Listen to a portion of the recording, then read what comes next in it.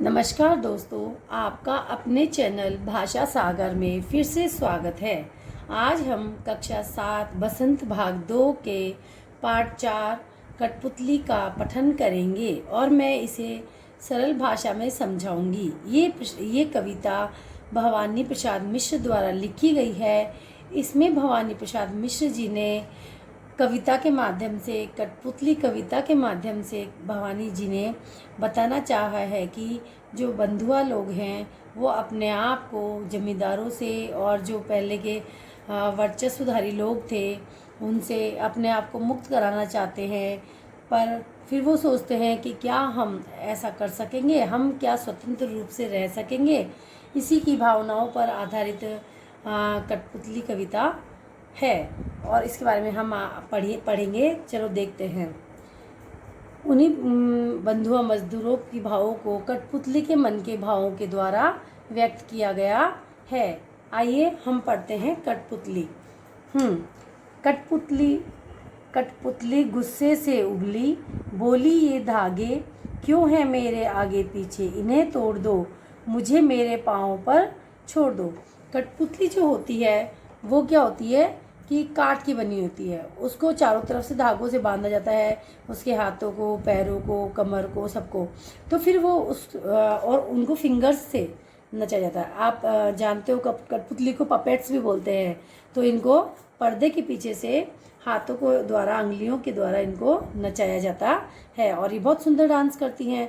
तो ये डांस हमें बहुत अच्छा भी लगता है।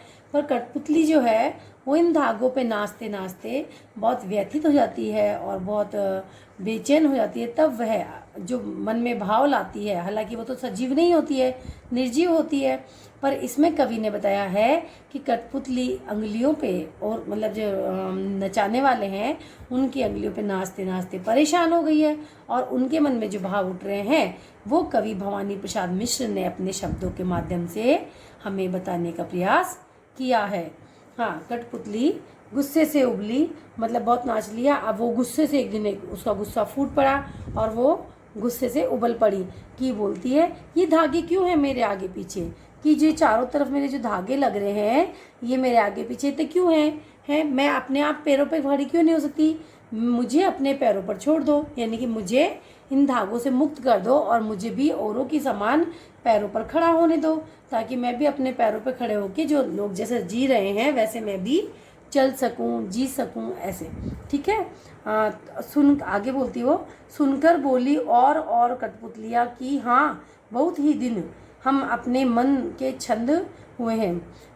मतलब एक जब कोई भी कहीं भीड़ में कोई एक आवाज़ उठाता है किसी जैसे कहीं पे हमें बहुत कोई परेशान कर रहा है, हम लोग सब सहते रहते हैं, पर कोई एक बोल देगा तो उसके साथ साथ हिम्मत करके दूसरे लोग भी अन्याय के खिलाफ आवाज़ उठाने लग जाते हैं। ठीक उसी प्रकार से एक कठपुतली परेशान थी। परेशान तो सारी कठपुतलियाँ थी, पर एक कठपुतली इतनी परेशान हुई कि वो अपने मन के भावों को व्यक्त कर देती है कि नहीं, मुझे तो नहीं रहना इन धागों के अंदर, मुझे इनके अंदर से मुक्त कर दो, मैं अपने पाँव पे रहना चाहती हूँ, ऐसा उन्होंने बोला। तो ये सुनकर जो और कठपुतलियाँ थी उसके आसपास, अकेली कठपुतली तो नहीं होती ना फ्लोर पे डांस करने के लिए, उससे बहुत सारी कठपुतली होती हैं, कोई मेल होती है, कोई फीमेल होती है, कोई छोटे बच्चे के रूप में होती है, ऐसे तो बहुत सारी कठपुतलियाँ होती हैं। तो और कठपुतलियाँ भी उसके भाव को सुनकर उसमें भी जोश आता है और वो बोलती हैं हाँ हमें भी बहुत दिन हो गए, हमें अपने मन के छंद हुए, मतलब हम अपने मन में ही, मन के बंधन में बंधे हुए बहुत दिन हो गए, हम दूसरों के इशारों पे नाच रहे हैं, हम अपने मन की तो कर ही नहीं रहे, तो हमें बहुत दिन हो गए। एक कठपुतली के साथ साथ सारी कठपुतलियाँ बोलती है कि हमें भी आज़ाद कर दो, हमें भी आज़ाद कर दो, हम भी अपने पैरों पर खड़ा होना चाहते हैं और अपने मन की करना चाहते हैं। मगर पहली कठपुतली सोचने लगी, यह कैसी इच्छा मेरे मन में जगी। फिर बाद में जब वो सारी कठपुतलियाँ बोलती हैं एक स्वर में, तो फिर एकदम से पहली वाली कठपुतली सोचती है कि मैं रोज ही तो इन धागों पे, इन अंगुलियों के इशारों पे नाचती हूँ और सबका मन बहलाती हूँ, पर आज ऐसा क्या हुआ कि मेरे मन में ऐसा क्या इच्छा जग गई कि मैं अपने ही जो दैनिक का कार्य है, मेरा प्रतिदिन जो मैं नाच दिखाती हूँ लोगों को और फिर एक कोने में मुझे धागों को ढीला छोड़ के पटक दिया जाता है, तो मैं डेली तो ऐसा करती हूँ, प्रतिदिन ऐसा करती हूँ, पर आज मेरे मन में ऐसी क्या अलग जगी या अपनी ऐसी क्या इच्छा जगी कि मैं अपने मतलब इस काम के प्रति आक्रोश उत्पन्न कर रही हूँ और विद्रोह की भावना से बोल रही हूँ।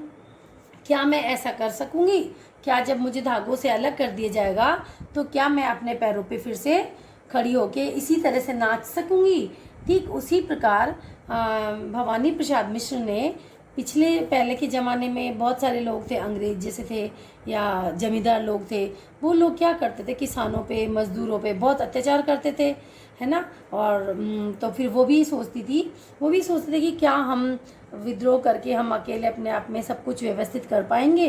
तो वो चाहते थे कि वो आज़ाद हों, अपने काम को करें, अपनी खेती को खुद से बोएं खाएं, मज़दूरों का जो ऋण था ये नहीं हो, सब कुछ, है ना।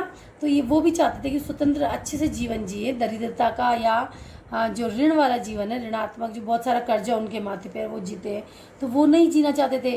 वो भी चाहते थे वो स्वतंत्र रूप से जिए, ना कि साहूकार जमींदार और जो पहले के जो अमीर वर्ग थे, जो शासक वर्ग थे, जो प्रताड़ित करने वाले वर्ग थे, उनके अंडर में उनके मतलब अंतर्गत रहकर वो जिए, उनके कठपुतली बनकर जिए, ऐसा वो नहीं चाहते थे।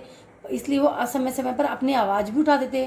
परंतु फिर वो सोचते थे कि क्या हम इनके बिना जी पाएंगे, क्या हम अपना सब कुछ जीवन को व्यवस्थित कर पाएंगे। ये सोचकर वो फिर खामोश होकर अपने आप में सोचने लगते थे। तो भवानी प्रसाद मिश्र ने बहुत ही सरल शब्दों में कठपुतली के माध्यम से एक जो मजदूर वर्ग होता है, जो गरीब वर्ग होता है, जो व्यथित वर्ग होता है, उसकी आवाज़ को उठाने का प्रयास किया था।